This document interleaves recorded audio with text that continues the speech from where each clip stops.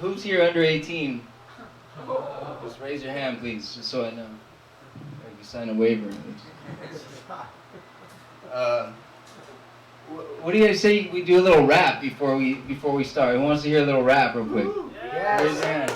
All right. Anybody got a beatbox or something? Come on. Oh, you got a beat? Oh, you can do a beatbox? I was just kidding. I was gonna make them clap. I'll try.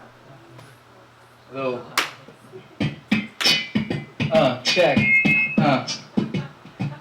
Beginningless of time, I've always existed. Invisible to the eyes, I'm the focus of mystics. Life's ultimate gift, but even yogis have missed it. Scientists deny me through bogus statistics. The Bible said your mind makes you ignore the specifics. I'm the light that lives inside of every form of existence. Each time my body dies, I'm reborn as an infant. Found with the divine that will be torn in this system. Distorted and twisted. God created stories that are more than fictitious, and the Lord is my witness, all recorded in scriptures, older than the bones of Babylonian dishes. From the holy inscriptions to the phony depictions, I'm the one leaving the most for the Smithsonian missions, cause I'm immortal soul and get no recognition. I'm immortal soul and get no recognition. Immortal soul and get no recognition. Said I'm immortal soul and get no recognition. Alright, we'll cut to the chase. Thank you though, that was good. Sorry for the feedback. I was trying to bless your ears, not like hurt your ears. Anyway. So yeah, it's been quite a wild ride. Just to give you guys a little view. I'm 36 now. This story is about prison, being locked up. So I don't know if you guys saw the flyer or not, but I'm 36 now. I'm going on 5.5 years of being out in the normal society, as they call it. So I'll kind of just flash back to kind of tell you how I got into this mess and out of this mess in the first place. My name is Krsna-Dasa. You guys are wondering like what that means or how to spell it or all that, but I didn't even know at one time what my name meant. I was born into kind of like a spiritual family, and they were following teachings from ancient India, so they gave us all names. All my brothers and sisters have these like crazy spiritual names. Luckily, I turned out to be the most spiritual. I hold that against them. But anyway, as we all go through a little phase of adolescence, we get into our rebellious stage. So I was always that type who, I don't know if any of my friends made it, they could attest this, but I would go to the extreme on everything. Like if we were rapping, I'd always try to be the best. If we were skating, I'd always try to do the craziest tricks. If we were, whatever it was like, let me one up everybody, So I always had that crazy personality. I went to high school. I was a soccer player. I was doing good. And then I started doing drugs. Don't do drugs. It's bad. I started doing meth. Actually, like little things led. They say marijuana is a gateway to other drugs. At that age, it really is. Like back then it was. And growing up in the '90s, it was kind of wild. I started doing cocaine and even smoked crack for a little while. It's pretty crack is whack. Don't do crack. Do something else. Don't do anything. But I just started like spiraling. Like my coach caught me high. I was pretty good. I was like varsity on the squad. I was like I had a career in front of me. I was like really into soccer, and just started derailing because of drugs. Point is, I started doing hard drugs, and they like got me thinking unclear. I was in my own little world. Started committing petty crimes, and they escalated. Started doing robberies. Started stealing cars, just whatever, just to the extreme. And then I started hanging out with these ill Rastas over there in Culver City, and they were like putting me up on all this like. Have you guys ever heard of the book called Behold the Pale Horse? No, it's like conspiracy theories and. Anyway, they brainwashed me to think that my people are being exploited by these crazy bankers, right? So I believed them. They were like my elders. I was like in the zone with them and all this. So I was like, you know what? I'm gonna get them back. They're exploiting my people. I'm gonna target these guys. And this is my crazy drugged out mind. I started like timing myself. I would like go follow them, wait for them to get out the bank. They probably weren't even bankers. I didn't even know what they were. They just came out the bank with like a suit and, you know. And I was like, these are the ones exploiting my people. I'm Robin Hood now, you know. I'm gonna take back what belongs to my people and all this stuff. Real revolutionary, I thought in my head, right? Anyway, I did that. But this was all after I made a promise. This is the part I left out. I made a promise to myself that I would quit doing drugs a week before that. And the first day I broke that promise is when I did these crimes. And the next day I was in handcuffs. And it was pretty scary. I didn't know what I was getting into, you know. You think you just get locked up and it's a little slap in the wrist. It's all good. Like, I'm a kid. I was 18, only 18 years old, and I was like, you know, I'm just gonna get a little slap in the wrist, maybe some probation. I have to do some community service. And then the detective's like, no, you're facing 25 to life. Like, you're gonna do major time. Just tell me who you were with, what you did, all this stuff, and maybe we'll give you like 20. I'm like, what? You're telling me years? I'm like, oh, hell no, I'm out of here. Like, your mind just starts racing. Like, it's like instant, your survival mode kicks in. I'm like thinking of that old show, MacGyver. You guys remember that show, MacGyver? Yeah.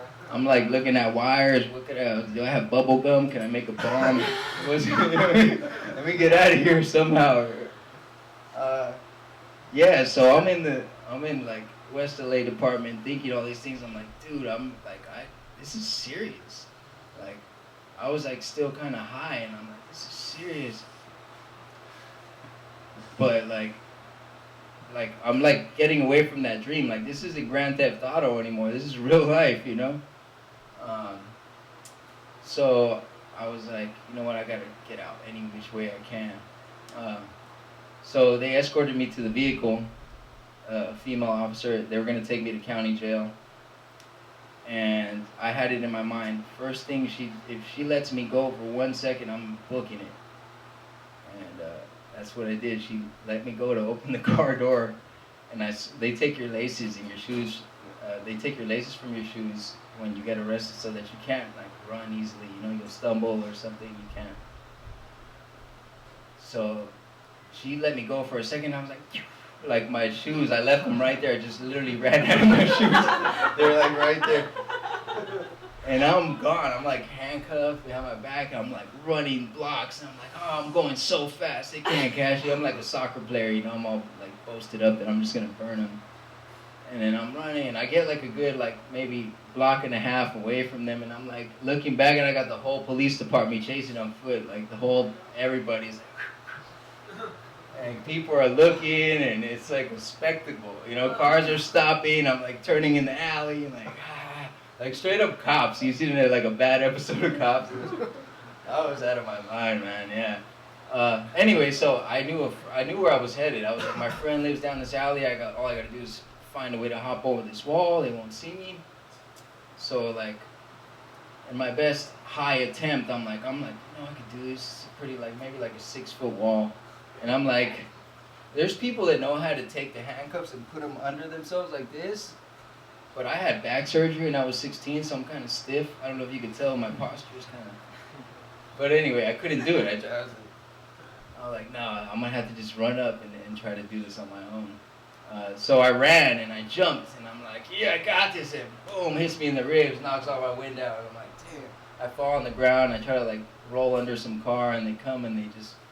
It's the female cop too, the one that, she was the first one there. She's like, mother, and they just start letting me have it. You know, I'm like, damn, these beatings are real, you know? Anyway, that was one of like the initial like wake up calls, like this is gonna be serious. When they first get you for a crime, they take you to county jail while you fight your case. You go to court from there. I was going to say the sorry thing. I don't know if you guys know that word, but the sucky thing, that's even worse. What's a better adjective? The bad thing, the worst thing about jail is that it's segregated. As soon as you get there, you got to claim who you're running with. I'm Latino, I'm half Salvadorian, half Mexican, so I have to run with the Southsiders. It's like the Southern gangs, like the Latinos.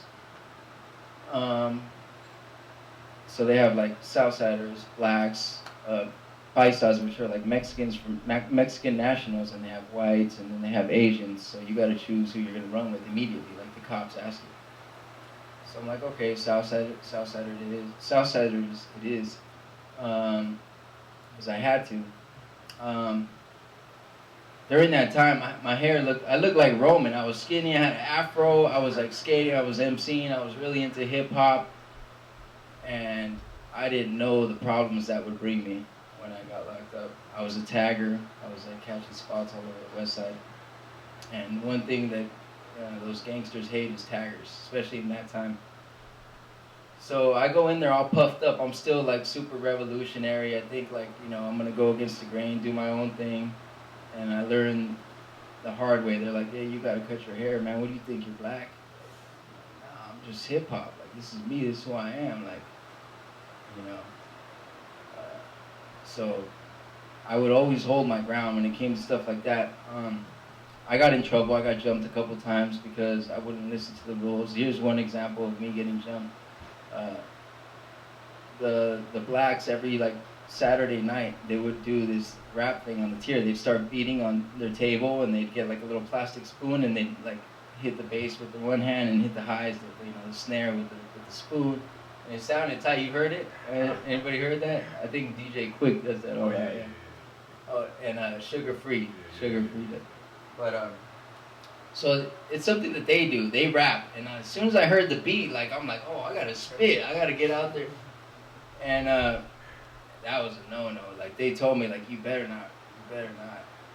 And I'm hearing the beat. People are rhyming. You know what I mean? I get up there, and I'm like, I came from that like battle rap background. So you dare grab that mic like both your arms are missing. Methodically break fools down like long division. I'm the bomb, so listen how I rock the opposition. Get your vote and diss you like a crooked politician. MCs can't see me, bars block their vision. Stuff like that. And I was just eating them, like trying to tear their heads off. And thank you. But that was my style. Like I'm trying to be super raw and tear heads off. And that made them even more pissed off. They're like, dude, you're like trying to battle these, you're gonna get us in a wreck. So the next day, they sent 2 guys to jump me, and I just seen the door crack in the cell. 2 big Southsiders right there, and they're just like beating me up, putting hands on me. I didn't listen. I did it one more time. But this time I was like, you know what? I'm gonna be prepared. I'm gonna just try to center myself. I'm gonna envision them coming in, and I'm gonna like throw a karate kick at them. But for extra support, what I did was I got a sheet and I ripped it, and like I got like a nice string out of it, and then I tied knots. And what I did was I created like a mala, like beads. You guys know what beads are? We chant on them every now and then. So I'm like chanting before that. Like I know they're gonna come get me soon, so I'm like chanting for strength. And they cracked the door, and I'm ready. I'm like, first thing I'm doing a front kick. I took Kempo, so I was like, yeah, front kick. So no, I literally throw a front kick as soon as because I noticed that every time they would rush me, he would come in, just head down, just throwing like haymakers. So I throw a front kick, and I caught him right in the smacker, and he goes down, he starts convulsing. And then the other guy's like scared. He's like, whoa, what happened? And then like I just started swinging on him, and like I felt victorious because like dude's down. The cops have to come get him. They take him to the medical. Like he was out. And by doing that, I got myself into more trouble because now that dude hates me. He wants to fight me. He wants his revenge. I have to fight him a couple more times. And then they end up moving me to a different module because they know that I was causing too much trouble there. Short story, to make a long story short, because I only have a certain amount of time, because this story is long. This dude ended up trying to kill me. He snuck into my dorm in the middle of the night, and when we woke up and ate breakfast, and then they let us back out for like day room, I didn't know he was there. He just ran behind me. And I felt somebody come, so I like you know, with my Kempo techniques, I was like, outward block. You know?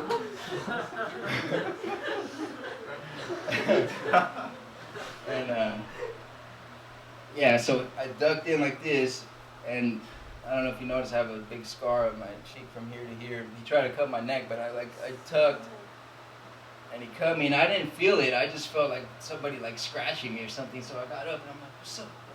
You know. And I was cool with like a couple bloods, which I shouldn't have been, because I'm not supposed to be talking to blacks. I'm sorry if I say blacks, but this is the terminology they use.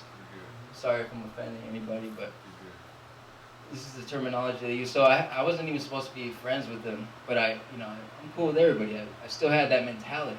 I learned the hard way, so this is still part of the learning process for me. Yeah, so I get up and I'm like, what's up? Like, and I'm like, I notice I'm just like full of blood. I'm like, what the hell? Where's that coming from? And then somebody looks at me and they're like, I'm like, what? And I'm like, oh, damn, I'm leaking. Like, something's wrong here. Yeah, plasma's coming out of me.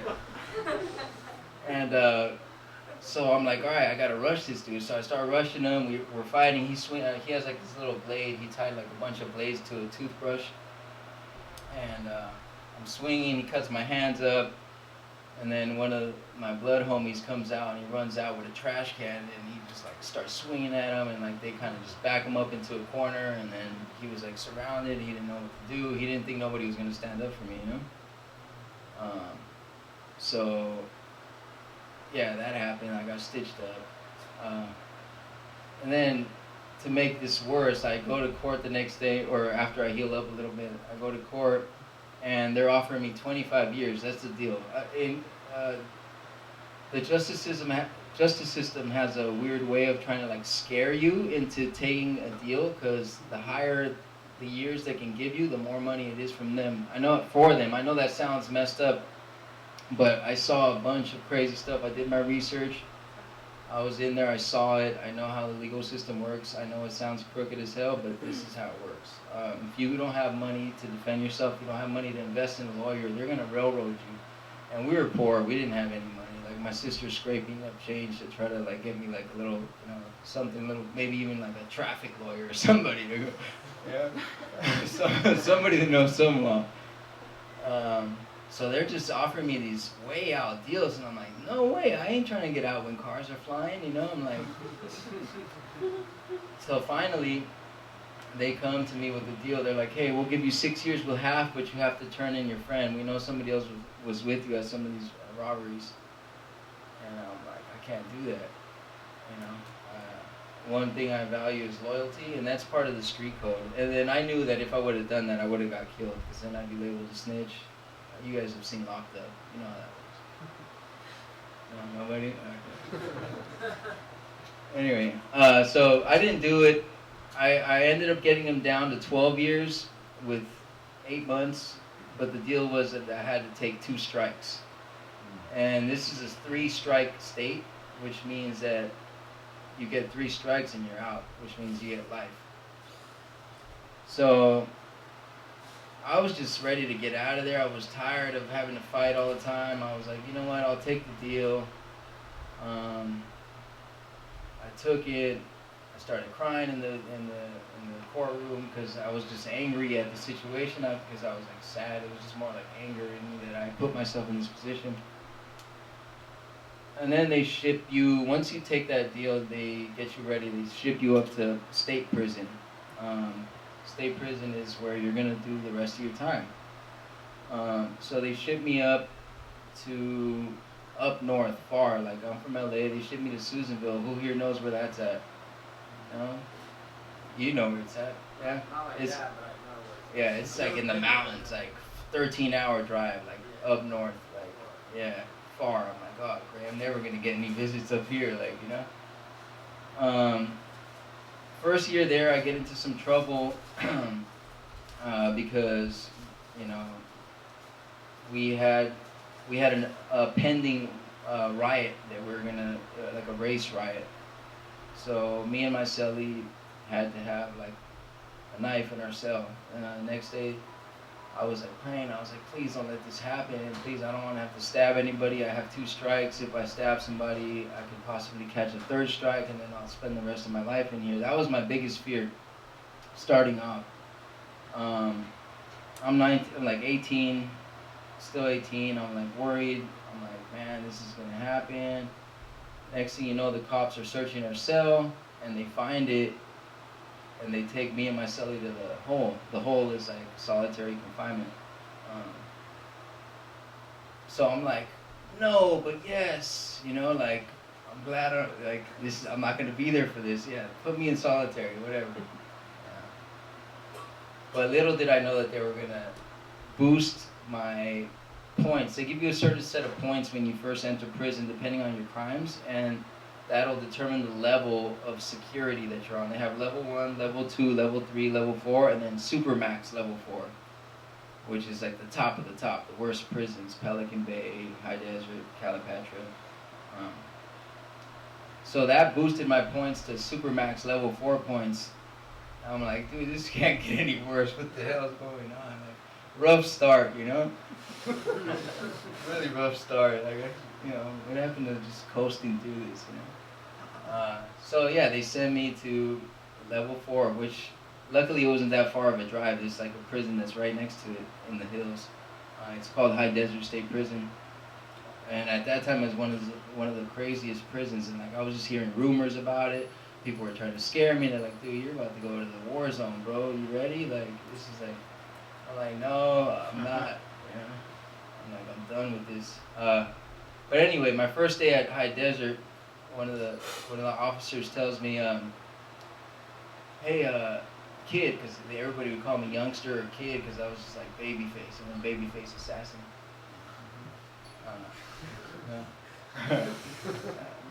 Anyway, yeah. They were like, hey, youngster, you ready for this? Like, people get their throats slit here for no reason, every day. I'm like, this dude's just trying to scare me, right? Yeah, sure enough, first day out on the yard, I'll try not to explain it in too much graphic detail, but one of the guys that came up with me to that prison, on his first day on the yard, he got killed. Like, we were out on the yard, him and his buddies were working out. They were doing burpees. That's one thing we do a lot in there is burpees. One thing everybody prides themselves is having the most stamina and being the most fit. You know, survival of the fittest. So they're doing like, I don't know, probably like 1,000 burpees. They were working out the whole yard. And once they yelled yard recall, I look over there and they're like barely wrapping up their workout. I just see 2 dudes jump on him, put him on the ground. He's tired at this point. I'm just like getting him, both of them, just stabbing him. And I'm watching because I talked to him on the bus ride over, and I'm like, I was telling him my situation, he was telling me his situation. We were talking about our families, and like I felt like we formed a quick little bond on that trip, like bus ride over there. So that really opened my eyes that I was in a hellish place. Like, there's literally demons in there. Like, when you picture a demon, you'll see one of the faces of some of the dudes in there. They literally tattoo their whole face. They shave their eyebrows. They split their tongue. And they sharpen their teeth. No joke. Like, straight demons. I've seen them just to, like, appear fiercer. You know, there's this hyper masculinity, hyper machoism where, like, you just have to be the roughest and the toughest. Any little sign of disrespect, you know, you get checked. Any little sign of disrespect, you have to take action, is what I mean. Or else you'll be seen as a weakling and people will target you. So I'm there, 2 years have passed by, I'm doing good. I'm like, all right, I haven't gotten into any trouble. I'm not going to tell you guys all this.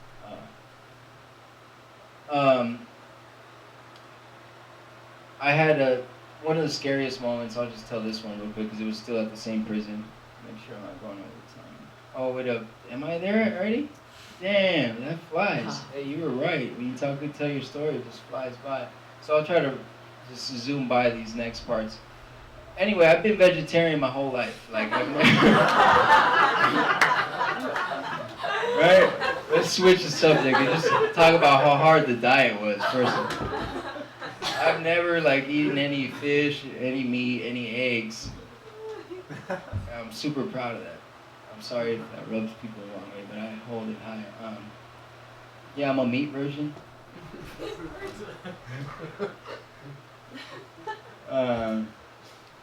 So like eating was like when I first got to the county, I was trading my meat packets for carrots because people didn't want to eat their carrots. I'm like, here, take this meat. Give me. Everybody was like, all right, take all these carrots. So literally, I would have stacks of carrots and just bread, and I would make carrot sandwiches. Just put carrots, bread, and mustard. And that was like my go-to. Till later on, I got in contact with people that helped me. But all this stuff really forced me to dig deep. And I barely got to tell up to like the first year, I think, but throughout the years, I went through more stuff, similar stuff that really forced me to dig deep, and I started really studying. I remember I studied Islam. I was hanging with Muslim brothers, and we would go to service together, and I tried the whole thing, praying to the east 5 times a day, the whole 9 yards. I tried that. Then I tried studying the ancient Kemetic teachings with some of my brothers that practiced the ancient Egyptian mysticism. I tried that for a while. It wasn't really working. And I started thinking, like, what am I doing, dude? My name is Krsna-Dasa. I got to figure out what my name's about. So I started like trying to reach out to people to see if they could send me like some Vedic books, some ancient books from India, because my name comes from ancient India. So sure enough, I got in contact with this organization called the ISKCON Prison Ministry, and they started sending me books. They started helping me with fighting my diet. I had to take it to court because they wouldn't accept that it was a religious needs, because they couldn't, like, hey, I'm studying the yoga text. I need a yoga diet. They couldn't get it. So this organization helped me fight it. They took it to court, and they ended up giving me these vegetarian trays. So let's fast forward a little bit to during that time, from 2000 to 2013, prisons were really overpopulated in California, and they were shipping people out to private prisons in different states. They had some in Oklahoma, Arizona, so they ended up shipping me to Oklahoma. They flew me on a plane like, Con Air. You've seen that one, you've seen that one. Cage at his best. And I went over there, and it was cool. They gave us a bunch of perks, because technically they're not supposed to send us so far, because it creates a hardship. Like, nobody can visit us overstate. Like, nobody's going to fly to Oklahoma unless they really love you. My family doesn't love me that much. I'm just kidding. Mom, if you're out there, I love you. Anyway, so they sent me over there, and that's where I start really getting into these teachings, and I'm practicing, and I'm finding myself more peaceful amidst all the ruckus that's around me. I start diving deeper. I actually, this is a quick side note, I'm trying to squeeze it in. I actually fell in love with this guard in Oklahoma. She was like an old cowgirl in Texas. I was like 27 at that time. I had 3 years left on my sentence. I was 27, she was 46. But I swore I was in love, like, oh, this is it, I'm gonna get out, marry her. Like, that was the first woman that gave me any kind of like contact in that way for like 10 years. So I like just immediately fell in love. I was writing poetry every day. I was like out of my mind. Like, I was doing paintings for her. Like, it was, everybody thought I was crazy, but like it ended up kind of working. She ended up like liking me back a little bit. I don't want to get into too much detail. But she ended up bringing me a couple cell phones. Now I can talk to my family. I'm like on Facebook. You know what I mean? I have a couple pictures on my IG. You can check them out. It's funny. But at the same time, I'm like trying to get like super spiritual, because I always told myself, I'm like, I got to prepare myself to get out. One of the hardest things that people face in there is like trying to prepare themselves mentally to get out. The recidivism rate is like 75%. Recidivism is hard to say, but it means like the people that get out and come back. During that whole stretch, I've seen like 10 of my homies getting in and out like 5 times. And I'm like, what are you guys doing? You know, you're in there and you kind of see the world from a different lens because you're paused and the world is moving. I'm getting letters from my family. They're telling me about all the hardships they're going through. And I'm feeling like, dude, maybe I have it better than them right now. Like, I'm chilling. Like, at this point, I'm like kind of centered. I'm like reading. I'm doing art. Like, I'm not disturbed at all. And it makes me think that like prison could also be a mindset. A lot of us are in our own little mental prisons, and I got that from just reading letters from my friends and my family. They were going through all these things. They were stressed out, depressed, and I was like feeling good in myself. I probably have it better than them. I'm getting 3 meals a day. I don't have to pay rent. Like, you know, I don't have to work. Like, I'm chilling. Like, I could, you know. So it gave me that perspective. You know, and then my friends would write to me and tell me all about the new devices that are coming out. Like, yo, there's phones that you could touch them and, like, screen and all this stuff. I'm like, no way, dude, prove it. Like, you know. There's no way, because when I got locked up, we were still carrying pagers and stuff. And so all this stuff kind of blew my mind, you know? But it got me thinking, like, they're telling me about this outside world, and I'm not believing it because I'm judging it by the perception of my circumstances, right? It reminds me of this tale. It's called, you guys ever heard of the Dr. Frog thesis? No. No?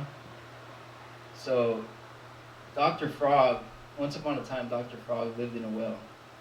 He was very puffed up about the knowledge he had of his well.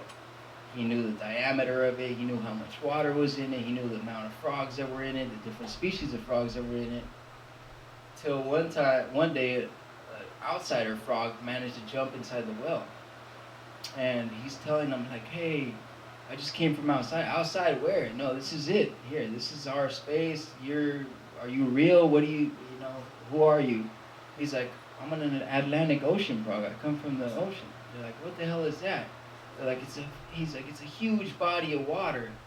And they're like, they don't believe him. They're like, no, this is it. This is our well. This is our water. It's 3 feet in diameter. It's 3 feet deep. You know, there's no other thing. No, this one's huge. And they're like, how big? Like twice our well? 3 times our well? No, you can't fit 1 million of your wells in there. And they just couldn't believe him. I mean, they were so puffed up that they knew everything just because of their little zone. So I kind of thought, I had that realization in prison where I couldn't conceive of the stuff that was going on outside because of my circumstances. And it gave me the realization that, like, there's a lot of people that come into our lives and try to help us, and they come from like higher realms. They're just higher beings, like that maybe are like that frog that jumped in the well. Maybe like even like, you know, Jesus, Prophet Muhammad. They're all giving us these teachings that we take for granted because we can't conceive of them because we judge everything based on our environment, just like Dr. Frog. So I'm thinking to myself like, yo, this gets even deeper. Like, there's different levels of freedom within prison. Like, I was in the hole in solitary confinement, and then because I was good, they released me to level 3, and then, or level 4, and then I did good in level 4, and they put me on level 3, and now that I have 2 years, I'm getting better. They're putting me into these, like, gradually you get more freedom, less security. Like, you get to go out in the yard more, and I'm thinking to myself, like, maybe this is how it is on the outside too, because, you know, if you have a little discipline, maybe you can tap into greater freedoms and like higher circumstances, higher dimensions. And I'm having these crazy realizations. Yeah, I just had a bunch of realizations. I'm really grateful to the pen pals that I had. They sent me all these books. They sent me, you know, a lot of CDs, mantras like the one we're chanting here. Just to give you guys a quick little insight, I got like super deep. I was like ready to get out and become like a celibate monk. You know, I was like, because every day I would meditate for 4 hours. I would meditate, I would chant on my japa beads, I would chant this mantra here. And I had like a little altar that I set up, and every day at 7 I'd be there chanting, and they like everybody knew. They're like, don't bother him, he's doing this little chanting thing. They're like, he's a weirdo, leave him alone. Because I sit on these storage boxes, and they're like, you know, like that, and I had a little altar, and I'd just be there like, Hare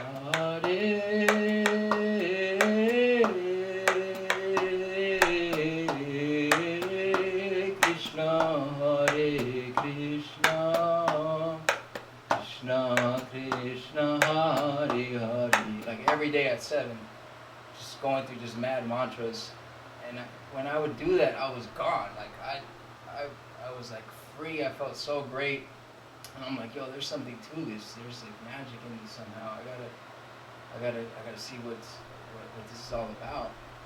And then I came to learn that this mantra here is a connection to the spiritual realm. If you believe in that kind of stuff, it's like a radio wave. You know how when you tune your radio station and you turn to Kiss FM or whatever, you lock in, and now you're hearing, you know, Miley Cyrus or whatever it might be. In the same way, when you chant this mantra, you're connecting to that. And I was feeling it live in that cell. Like I was gone. Like I wasn't there. I was free. Like I didn't have a care in the world. Like you could have shot me right there. I would have died. I practiced for like the following 3 years, and that allowed me to, when I finally was released, to hit the ground running. Most people, when they get out, they have these crazy social anxieties, and they're like set up to fail. You can't get a job. You have this crazy criminal record. You're forced to go back to that same life you had. But being that I kind of dove deep and grounded myself, I was able to, you know, direct myself and do what I needed to do quickly. Like I had my own car and my own house, like my own place within like 6 months of being out. And I was just, boom. And I've been just hitting the road ever since. You know, I just recently got married in India on the Ganges River.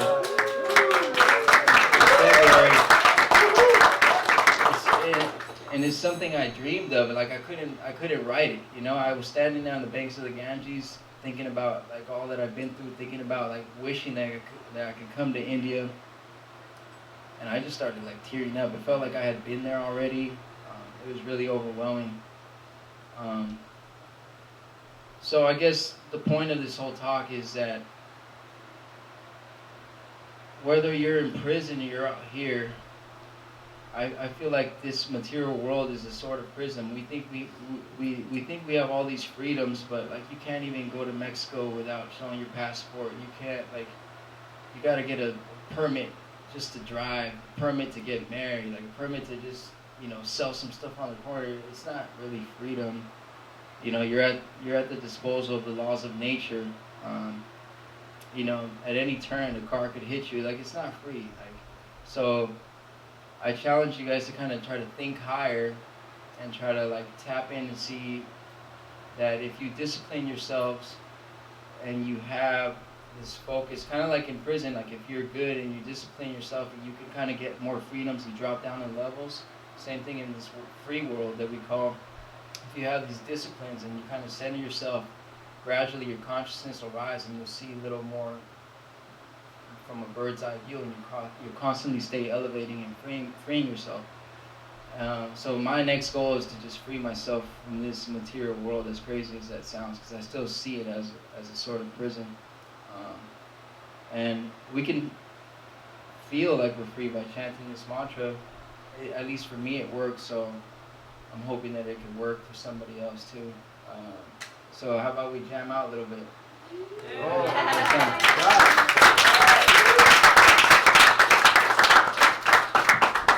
I don't know if we have time for questions. I kind of killed my time. I don't know what happened. But I'm not leading this. I don't know how to play this. I can just drum. When does your movie come out? I know, I gotta tell the rest of the story. So, like, if you guys want to talk, I can tell you more stuff. And this is my first time ever telling my story at a public level. So, thank you guys for listening.